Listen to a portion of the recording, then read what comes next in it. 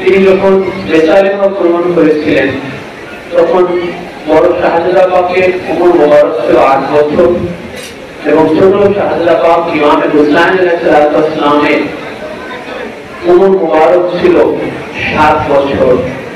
আর ইমাম পাকেরও ছোট ছিলেন হযরত জাইনাব, ওনার উমর মুবারক হয়তো সর্বোচ্চ ৬ বছর ছিল। তখন ৬ বছরের বালিকা ছিলেন হযরত জাইনাব।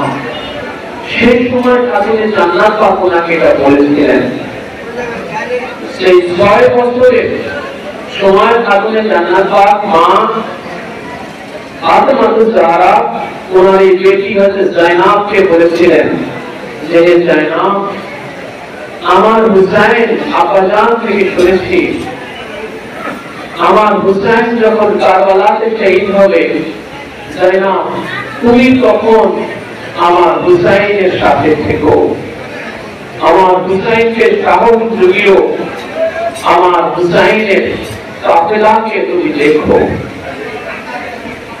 তো হযরত জাইনাব সালামুল্লাহি আলাইহা বললেন যে ভাইজান, আমি জানি, আমি বুঝতে পারতেছি যে আগামীকাল কি হতে যাচ্ছে।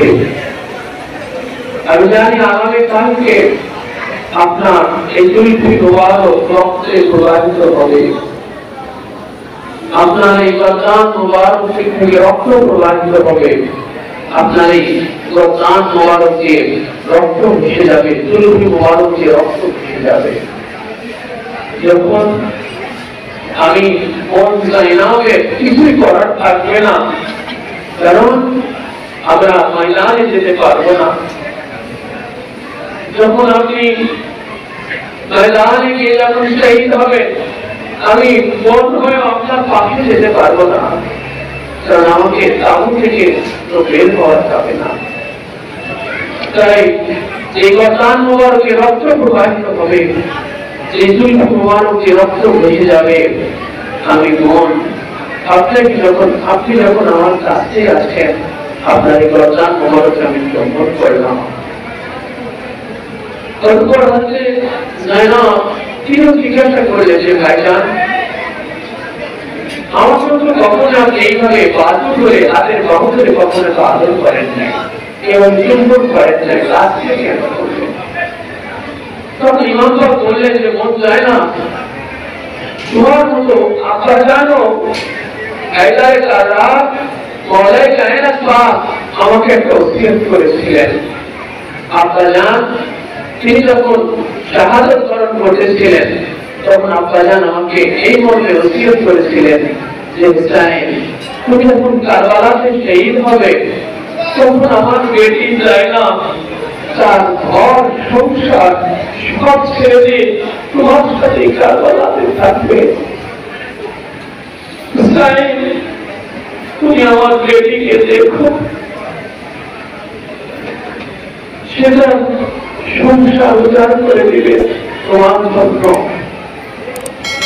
সেটা ঘর ছেড়ে দিবে তোমার জন্য, তোমার সাথে যে কারবালাতে থাকবে। তুমি আমার বেটি জাইনাবকে দেখো। তো ইমাম পাক এই জন্য বললেন যে জাইনাব, যখন আমি শহীদ হয়ে কারবালার জমিনে যখন পড়ে থাকবো, তখন দুশমনেরা তোমার এই হাত, তোমার এই নাজুক হাত দুইখানা ওরা দড়ি দিয়ে বাঁধবে। যখন ওরা আমার মন জাইনাবের হাত দুইখানা দড়ি দিয়ে ওরা বাঁধবে, তখন আমি হুসাইন এতটাই মজবুত থাকবো, আমি এতটাই অক্ষম যে তোমার হাতের দড়ি আমি খুলে দিতে পারবো না। এই জন্য সেই নাজুক হাত, সেই হাত দুইখানা দড়িতে বাঁধা পড়লে আমি সেই হাতে আজকে আদর করে দিলাম, গ্রহণ করে দিলাম। এভাবে এই আশুরা পাকের রাত্রে যে ভাই এবং বোনের মধ্যে আলাপচারিতা হল। যখন আশুরা সকাল তখন চলে আসলো, সূর্য যখন উদয় হলো আল্লাহ পাকের সহায় কারবালা ছাড়া আজই সেই শেষ দিন, তিনাদের হায়াতে পাকের শেষ দিন, তিনাদের শাহাদত পাক হওয়ার সেই দিন ওনারা চলে এসেছেন। সেই জিব্রে আজিম পরিপূর্ণ হওয়ার দিনে ইমাম পাক চলে এসেছেন। ইমাম পাকের শাহাদত পাকের দিন আজ চলে এসেছে। ইমাম পাকের সে আল্লাহ পাকের কাছে যাওয়া ওয়াদা পূর্ণ হওয়ার দিন আজ ইমাম পাকের সামনে চলে আসছে। এই আশুরার দিন চলে আসছে। ইমাম আলী মাকামে সফর সঙ্গীগণ একে একে তিনারা গিয়ে কারবালার ময়দানে একে একে শহীদ হতে লাগলেন।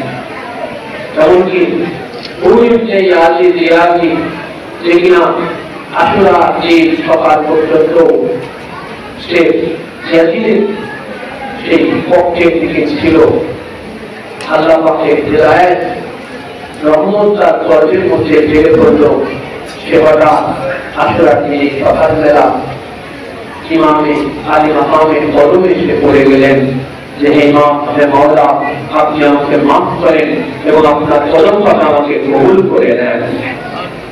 আমি আপনার হয়ে লড়ব। আমি আমার ভুল বুঝতে পেরেছি। আমি আপনার কদমে আমার নিজেকে উৎসর্গ করলাম। ইমাম পাক তাকে মাফ করে দিলেন এবং সে পরে ইমাম পাকের হয়ে এবারে ময়দানে গিয়ে তিনি সৈন্যদের সাথে লড়াই করে তিনি শাহাদত বরণ করে সেই ৭২ জনের মতো নাম খানা লেখা দিলেন। যখন ইমাম পাকের সকল সঙ্গীগণ যখন একে একে সবাই শহীদ হয়ে গেলেন, এবারে আল্লাহ পাকের একে একে শহীদ হওয়ার পালা যখন চলে আসলো, সকল সঙ্গীগণ যখন শেষ হয়ে গেলেন, এক এক শহীদ হয়ে সবাই যখন শেষ হয়ে গেলেন, এবারে আল্লাহ পাকের পালা চলে আসলো।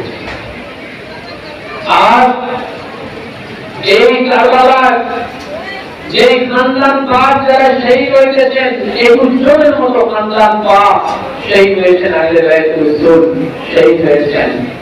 এনারা প্রত্যেকেই যে রাখবেন, এনারা আজ আবু তালিব আলাইহিস সালামের বংশধর বলুন সুবহান। সবাই আজ আবু তালিব আলাইহিস সালামের সন্তান। আজ কারবালায় যারাই শহীদ হয়েছেন যে রাখবেন, প্রত্যেকেই আজ আবু তালিব আলাইহিস সালামের সন্তান। আজ ইমাম হুসাইন আলাইহিস সালাম আবু তালিব আলাইহিস সালামের সন্তান। আর আব্বা তালুকদার তিনি আবু তালিব আলাইহিস সালামের সন্তান। হযরত মুসলিম বিন আকিল, এই হযরত আকিল, এই আকিল ছিলেন আবু তালিব আলাইহিস সালামের পিতা, মাওলা আলী আলাইহিস সালামের ভাই। দেখলেন খানদানে মুস্তাফা আহলে বাইত যারাই শহীদ হলেন, প্রত্যেকেই জেনে রাখলেন কেবলমাত্র শুধু আবু তালিব আলাইহিস সালামের সন্তান বলছিলেন। কারণ ইমাম হুসাইন আলাইহিস সালাম আবু তালিব আলাইহিস সালামের নাতি সন্তান, ঠিকই না বলেন? আজ আবু তালিব আলাইহিস সালামের নাতি সন্তান, আবু তালিব আলাইহিস সালামের বেটা মওলাই কায়নাত শের খোদা মাওলা আলী মুশকিল কুশা, আর তিনারই বেটা ইমাম হুসাইন।